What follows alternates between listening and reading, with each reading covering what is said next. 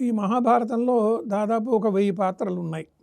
మహాభారతంలో ప్రధాన పాత్రలు అటు కౌరవులు 100 మంది, పాండవులు 5గురు, శ్రీకృష్ణుడు అనుకుందాం. ఇవి కాక వాళ్ళకు అనుసరించినటువంటి పాత్రలు చాలా పాత్రలు ఉన్నాయి.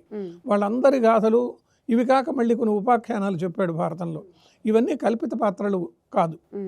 ఎక్కడైతే నీకు కథ అవసరమో ఆ కథ ఉపాఖ్యాన రూపంలో చూపించాడు. ఉదాహరణకు శకుంతల ఉపాఖ్యానం ఉన్నది. దుష్యంతుడు, శకుంతల వీళ్ళ కథ చెప్పాలి అనుకున్నాడు. ధర్మవ్యాధుడి కథ చెప్పాలనుకున్నాడు. ఈ కథలన్నీ చెబుతూ మెయిన్ కథకు ఏ విధమైనటువంటి భంగం రాకుండా ఆ గాథను యథార్థంగా ఆయన చూపించాడు.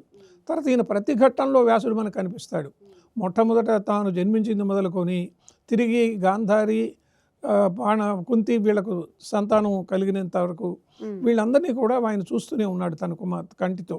వాళ్ళకి అవసరం వచ్చినప్పుడల్లా సలహాలు చెబుతున్నాడు. పాండవులు ఇబ్బందుల్లో ఉన్నప్పుడు వాళ్ళ దగ్గరికి వచ్చాడు. చివరి వరకు కూడా బ్రహ్మశిరోనామకాస్త్రం అశ్వత్థామ ప్రయోగించినప్పుడు కూడా వ్యాసుడు వచ్చి వాళ్ళకి సరిది చెప్పాడు. ఈ అన్ని ఘట్టాలలో కూడా ఆయన చూస్తూనే చెప్పినవి కాబట్టి ఇవి కల్పిత గాథలుగా మనం భావించవలసినటువంటి అవసరం కాదు. ఈ వ్యాసుడు కేవలం ఒక భారతమే కాదు, భాగవతం కూడా రాశాడు, అష్టాదశ పురాణాలు రాశాడు. అయితే ఒక పురాణానికి కొద్దిపాటి తేడా ఉంటుంది కథలో, కథా భాగంలో. అంత మాత్రం చేత ఇదేదో కల్పితం అని చెప్పి మనం అనుకునేదానికి వీల్లేదు. దాదాపు 88,000 శ్లోకాలు ఉండేటువంటి మహాభారతాన్ని వ్యాసుడు చెబుతూ ఉంటే గణేశుడు, వినాయకుడు ఉన్నాడే, ఆయన రాశాడు.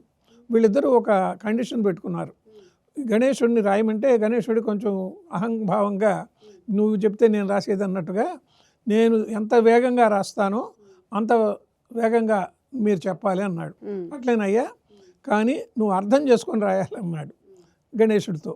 అతను అన్నాడు సరే అని అన్నాడు. ఎక్కడ తేడా లేకుండా ఇద్దరు రాసుకుంటూనే పోయారు.